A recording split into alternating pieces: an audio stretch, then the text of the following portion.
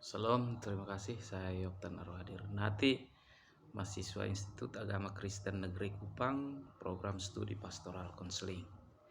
Berikut saya akan memaparkan hasil kerja sebagai tugas dari mata kuliah Sejarah Gereja Indonesia, yaitu Kamus dalam Sejarah Gereja Indonesia.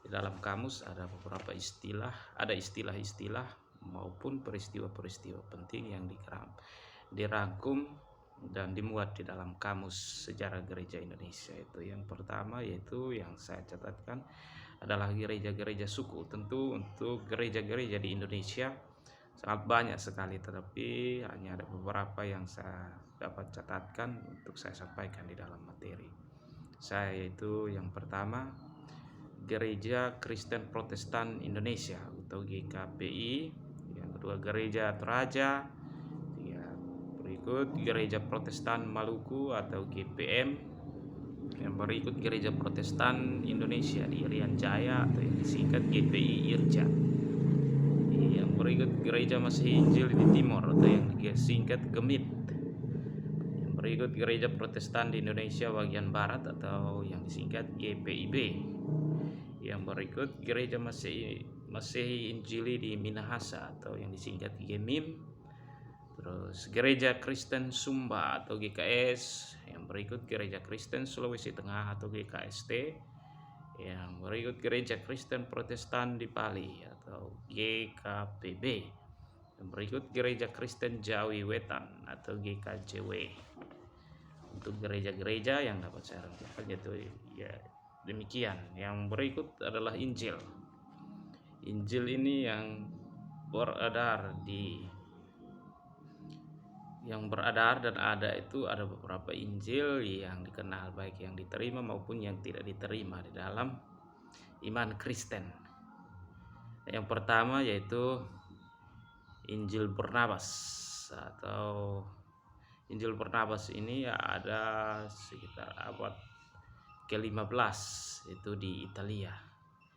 Yang berikut Injil Bartolomeus adalah Injil Gnostik juga.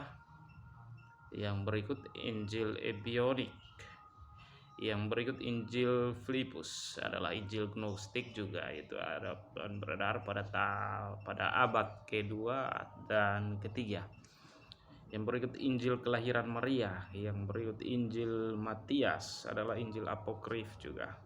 Injil orang Mesir adalah juga Injil Apokrif, yaitu ada sekitar pada abad kedua. Yang berikut Injil Petrus juga adalah Injil Apokrif, ditulis di Syria itu sekitar abad kedua. Dan yang terakhir itu Injil Thomas. Injil ini juga adalah Injil Apokrif dan ditulis sekitar tahun 150. Setelah Injil-Injil ada juga hari-hari penting yang ada di dalam Kamus Sejarah Indonesia yang saya tuliskan, yaitu yang pertama hari-hari puasa, yang berikut hari kematian Kristus atau yang dikenal dengan Jumat Agung, yang berikut hari kenaikan Kristus, yang berikut hari Natal, terus yang berikut lagi hari Pentakosta, ada juga hari segala jiwa, itu tepatnya tanggal 2 November. Terus yang berikut hari segala orang suci, tepatnya tanggal 13 Mei. Itu merupakan ketetapan Paus Bonifacius yang keempat pada tahun 609.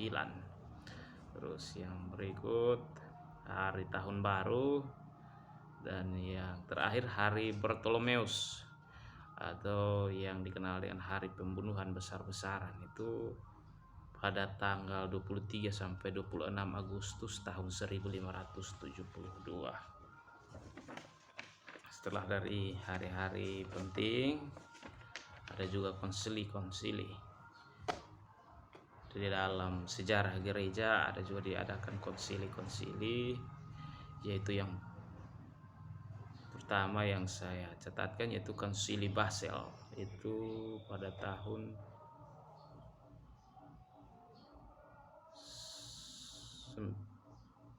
1931. Terus yang berikut Konsili Kalsedon itu diadakan pada tahun 451. Yang berikut Konsili Efesus itu diadakan pada tahun 431 juga, pada tanggal 22 Juli tepatnya. Terus yang berikut Konsili Florence pada tahun 1438 sampai dengan 1445. Yang berikut Konsili Konstantinopel itu diadakan ada 3 kali, itu pada tahun 381, terus tahun 553 dan tahun 680. Terus yang berikut Konsili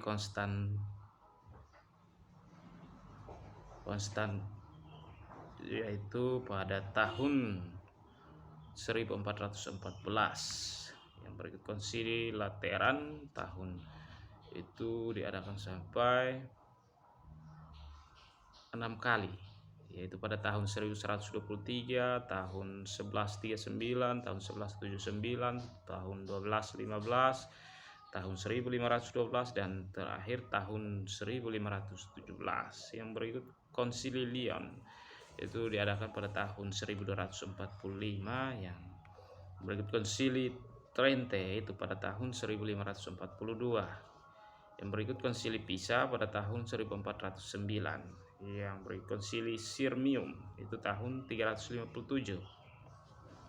Yang berikut Konsili Sardika itu pada tahun 343. Dan yang berikut Konsili Oekumenis itu ada beberapa konsili di dalamnya, itu ya Konsili Nisea pada tahun 325, Konsili Konstantinopel 381 dan Konsili Efesus 431 dan konsili-konsili yang lainnya itu yang dirangkum menjadi satu konsili ekumenis.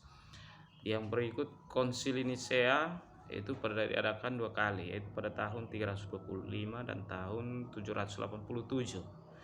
Yang berikut Konsili Vatikan itu tahun 1869 sampai 1870 dan tahun 1962 sampai 1995. Yang berikut Konsili Yerusalem itu pada tahun 1672. Dan yang terakhir Konsiliarisme atau yang diadakan pada abad ke-14 dan abad yang ke-15. Yang berikut pengakuan iman. Di dalam sejarah gereja juga dikenal ada beberapa pengakuan iman, yaitu yang dihasilkan dari hasil-hasil konsili, seperti yang saya sebutkan pertama, bahwa ada di dalam konsili-konsili itu ada ketetapan-ketetapan yang dirangkum dan itu dibuat menjadi satu pengakuan iman. Yaitu yang pertama pengakuan iman Basel, itu oleh Dewan Kota Basel pada tahun 1534. Yang kedua pengakuan iman Belgia oleh Guido de Brès pada tahun 1561. Yang berikut pengakuan iman Gallican atau Gereja Protestan Prancis itu pada tahun 1559 di Paris.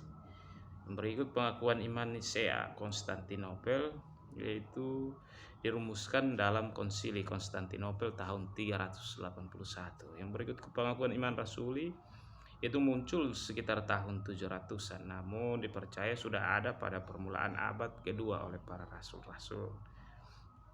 Yang berikut pengakuan iman Roma kuno, yaitu pengakuan jemaat Roma itu adanya pada abad kedua. Yang berikut pengakuan iman Skletheim atau oleh tokoh-tokoh Anabaptis itu di Swiss pada tanggal 24 Februari tahun 1527. Yang berikut pengakuan iman Seksen itu oleh Melanchthon pada tahun 1500.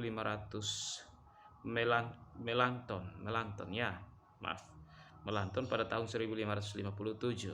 Yang berikut pengakuan iman Skotlandia itu oleh reformator di Skotlandia itu pada tahun 1560. Yang berikut pengakuan iman Squabex pada tahun itu dirumuskan pada tahun 1529.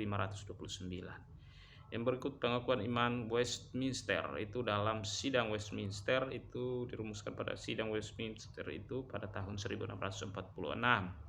Yang berikut pengakuan iman Tridentine, yaitu merupakan keputusan Konsili Trente pada tahun 1564. Yang berikut pengakuan iman Augsburg itu dirumuskan di dalam Majelis Kekaisaran Jerman di Augsburg tahun 1530. Dan yang berikut pengakuan iman Athanasianum, ya, itu merupakan keputusan Sinode Autumn tahun 670. Baik, setelah pengakuan iman ada di dalam Kamus Sejarah Gereja Indonesia juga ada yang dikenal dengan istilah kanon, yaitu yang pertama kanon apostolik, itu isinya ada 85 kanon. Yang berikut kanon Muratori, ini oleh L.A. Muratori, itu sekitar pada abad ke-8. Yang berikut kanon Premonstran, yaitu adalah serikat kebiaraan oleh Norbert pada tahun 1120. Yang berikut kanon reguler adalah suatu gerakan yang muncul pada abad ke-11. Yang berikut kanones, nama yang dikenakan pada anggota persekutuan perempuan pada masa Karoling. Yang berikut kanonisasi adalah keputusan Paus untuk seseorang yang sudah meninggal untuk ditetapkan sebagai orang suci. Yang berikut kanon Alkitab, yaitu kitab-kitab yang resmi diterima oleh iman Kristen. Demikian hasil presentasi saya dan terima kasih.